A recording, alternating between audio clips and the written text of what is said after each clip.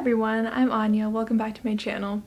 Today I'm so excited to be talking about a book that I really adored, and that is The House in the Cerulean Sea by TJ Klune. Now, the reason I loved it so much was the sense of longing that it gave me, of yearning, of wishing and almost believing that this perfect slice of the world exists on this little island in the Cerulean Sea. Of course, this is a feeling that the main character Linus shares. A phrase that recurs throughout the book is, "Don't you wish you were here?" And the color blue, or cerulean, I guess, comes to symbolize this really deep longing and attachment that he comes to feel throughout the book for the island. So this is one way that the author TJ Klune makes readers feel this as well, through empathizing with Linus. But there's one other really important thing that he does in that regard, and that is turning the island into a presence, almost a character in itself. And so today I want to look at how he does that and how he uses its effects to create such a delightful book. So to start off with a little summary here, The House in the Cerulean Sea is about this man, Linus. He's middle-aged, he works in a bureaucratic job for the governmental department that's in charge of children with magical powers. And at the start of the book, he gets sent to this mysterious island called Marsyas Island. Marsyas? I've been saying Marsyas in my mind, so I'll stick with Marsyas. And there he meets a group of 6 magical children and their caretaker, their foster father, who's named Arthur. And they all live in the house in the Cerulean Sea. There's humor, there's adorable queer romance, and most of all, there's this sense that I got as a reader of wishing so hard that I could be there with them. So, how does Klune turn the island into such a strong presence, almost a character, throughout the book? I think there are 5 main ways that he does it. So the first is associating the island really strongly with human or human-adjacent characters. So basically sentient beings that we as readers would more easily see as characters. So Klune starts off with this strategy from the very get-go, before we even know very much about the island. So take a look at this quote. "There was an earthy scent emanating from her," meaning Fee, the forest sprite, "that reminded Linus of the drive through the trees to get to the house, dense and thick. He thought it was possible they were her doing." And then shortly after that, there's another similar quote. "Zoe, another sprite, she was here long before we ever were," Mr. Parnassus said. "The island is hers, we're merely borrowing it. She lives deep in the woods on the other side of the island." So there's this idea of an island sprite, a forest sprite, a physical manifestation of the island's sort of spirit or presence. And because this is in the form of a sprite who, looks and acts sort of like a human, that's going to give the island much more of the sense that it is a character in itself. But the really interesting thing that Klune does is that he makes these sprites, Fee and Zoe, really approachable, and through that he makes the island feel more approachable as well. So for instance, we see Zoe developing a relationship with a woman who lives on the mainland. We see Fee just being a normal child, sort of running around and playing with her friends, her foster siblings. And so we get much more of a sense of them as humans, as people who we as readers can understand, instead of just these nebulous forces, elemental forces that sprites can sometimes be. And that makes the island feel like a much more approachable character rather than some sort of force or presence that we can't really understand. But at the same time, Klune avoids letting the island become synonymous with the sprites and with Zoe in particular. And he does that by quotes like this, where Zoe says, "The island is theirs just as much as it's mine," referring to the children here. And so I think it's really important that he does this, because it would sort of be cheating, if the island was basically just another part of a character, a human character, or a person in the novel. But instead, it is a little bit independent from Zoe and becomes a presence in its own right. So the second really important thing that Klune does is that he establishes the island from the outset as a very mysterious presence in Linus's mind, and so it has a lot of complexities in the same way that a character, a person, would have complexities that we get to know over the course of the book. So at first, Klune writes, "Linus had so many questions. This island, this house, this man." So that clearly shows how mysterious it is to him and how many facets there are to it that he wants to get to know, like you would get to know a person. And then there's this seemingly really small line the island is bigger than it looks. It seems like such a simple description, but it establishes the island as a complex place in a couple of ways. First, literally, because the physical space is larger than it seems to be, and symbolically, figuratively, because of the sort of secrets that it holds. And not only that, but I think it also evokes a really strong fairy tale atmosphere with the trope of the place that is larger than it looks on the outside. You can think about, I think there are examples of this in Harry Potter, the wardrobe from C.S. Lewis. So this creates, again, that mysterious atmosphere, this idea that there are a lot of complexities that we haven't yet tapped. And one more quote on this point. Linus acknowledges that his curiosities lead to flights of fancy. And this phrase, flights of fancy, comes up a couple of times. And of course, that's exactly what we want, flights of fancy, imagination. And it's just like when Arthur says, I think you'll find the impossible is more accessible here than you were led to believe. So overall, Klune just shows us that the island has a lot of hidden facets and secrets, and he does this in a way that makes the reader really want to get to know the island as they would get to know a character.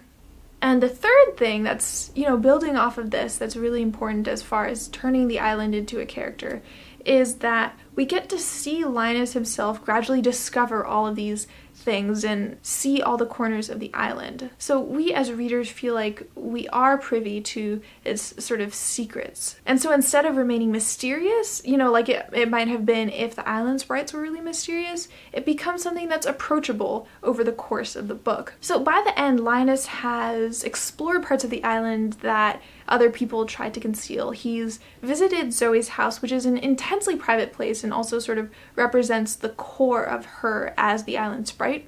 And he's also become physically connected to the island because he's digging in the garden, digging in the dirt, spends a lot of time doing that by the end of the book. And in fact, there's this quote that I think is really telling.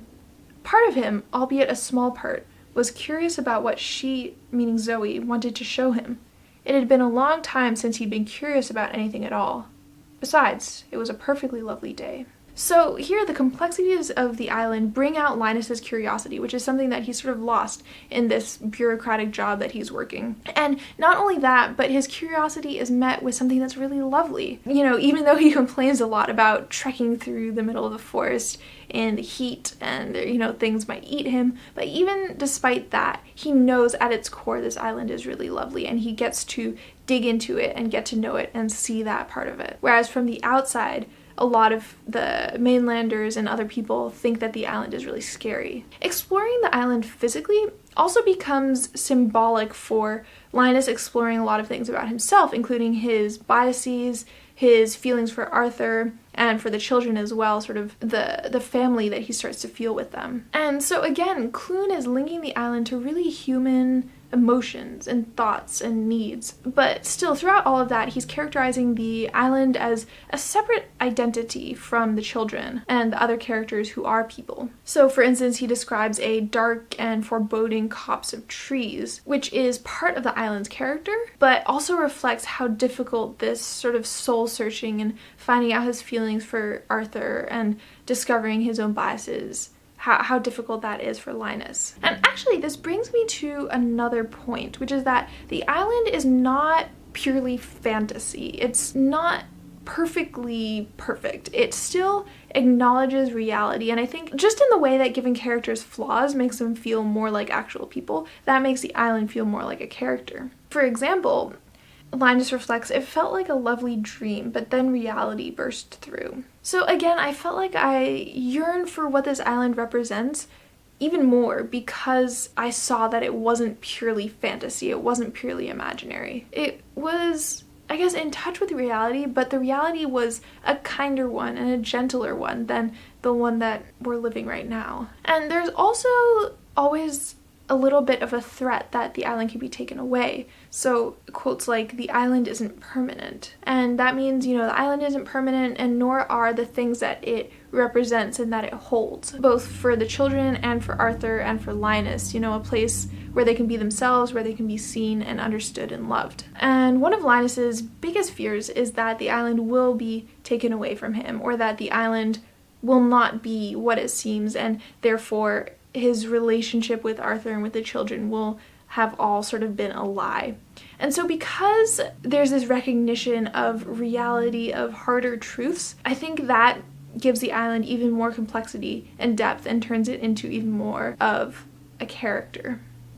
Now, the fourth way that I think Klune characterizes his island, turns it into a presence in the novel, is that the island takes on the things that people project onto it. So, of course, this is, I think, a little bit related to the way that Klune connects the island to human emotions and thoughts, but I think this starts to sort of hint at a kind of agency for the island, rather than just a symbolic linkage. So one sort of trivial example, but one that I think illuminates a lot, is this. There were no cannibals on the island. It was just a story Lucy had made up.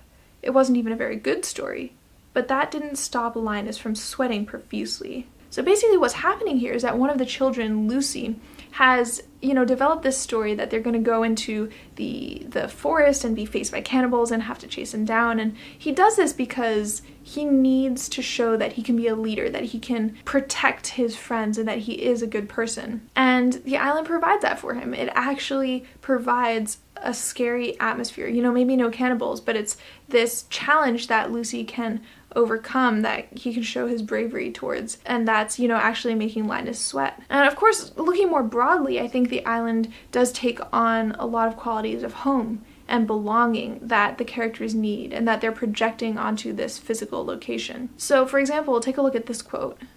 Linus remembered the way Arthur smiled, the way he laughed, the way he existed here on this island as if he had everything in the world he could ever want. It pulled at him, and he thought of how this world had been cold and wet and gray until he'd come here. It felt like he was seeing in color for the first time. The idea of the island being in full color while Linus's previous life has sort of been in black and white comes up a lot. It comes up over and over again. And so it's almost like a conscious reversal of the life that Linus has been experiencing. And it becomes a projection of the life that he didn't know he wanted. But, honestly, I don't know if it was that subconscious, because at the beginning of the book, he has this mouse pad, I think it is. It's got a picture of a beautiful beach and an ocean, and it has that phrase, "Don't you wish you were here?" So on some level, Linus understands that this is what he wants. He's been yearning after that, even as he's working this job and thinking that, his life is fine, he's just going to go along with it. And the island provides that. It simultaneously shows him what he needs and gives it to him. And I think the book is really chock full of examples like this, which is one of the things that just made it so heartwarming and beautiful to read. But just one more example that I liked was this. When Fee says, "The earth, it was like it was waiting for me, listening." And then Zoe responds, "Precisely. There is a world hidden underneath what we can see. Most won't understand it for what it is." And then Fee again, "I listen to the earth. It sings. Most people don't realize that. I promised it in return that I would care for it if it should give me what I asked for." So you can see that Fee is actually asking for things from the island, and it's manifesting them for her. There's a conscious communication between the two. And again, because the sprites are talking about how the island is actually communicating with them, that turns it into even more of a sort of conscious presence in the book.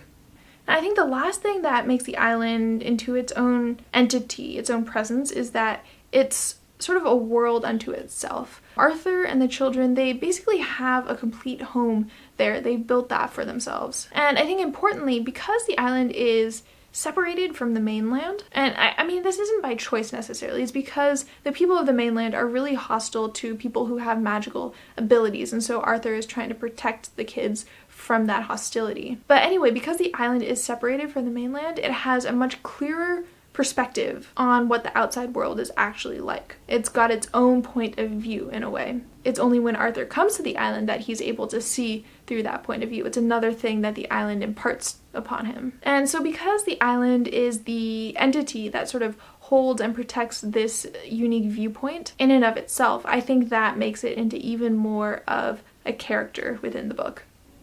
So overall, as a writer, I think The House in the Cerulean Sea was such a great example of how you can turn a physical location, a setting, into a character. Now, it's one of those things that I think gets talked about a lot, especially in really atmospheric books. But I love being able to see exactly how TJ Klune does that in this novel. And, you know, I think many of these strategies, he uses them really subtly. He doesn't establish the island as a character nearly as aggressively as I've seen done in some other books. But the intention is really, really there. And I think even from the title, you can see that, you know, the house in the Cerulean Sea, you can tell that the focus is on the house, it's on the sea, it's on the island that's sort of holding all of that together. And it becomes a home and a symbol of so much more. But, you know, that subtlety in the way that Klune does it is one of the things that I love so much. I just want to leave you with one last quote that I think really captures the feeling that I adored so much about this book. Sometimes, he thought to himself, in a house in the Cerulean Sea, you were able to choose the life you wanted. And if you were of the lucky sort, sometimes that life chose you back.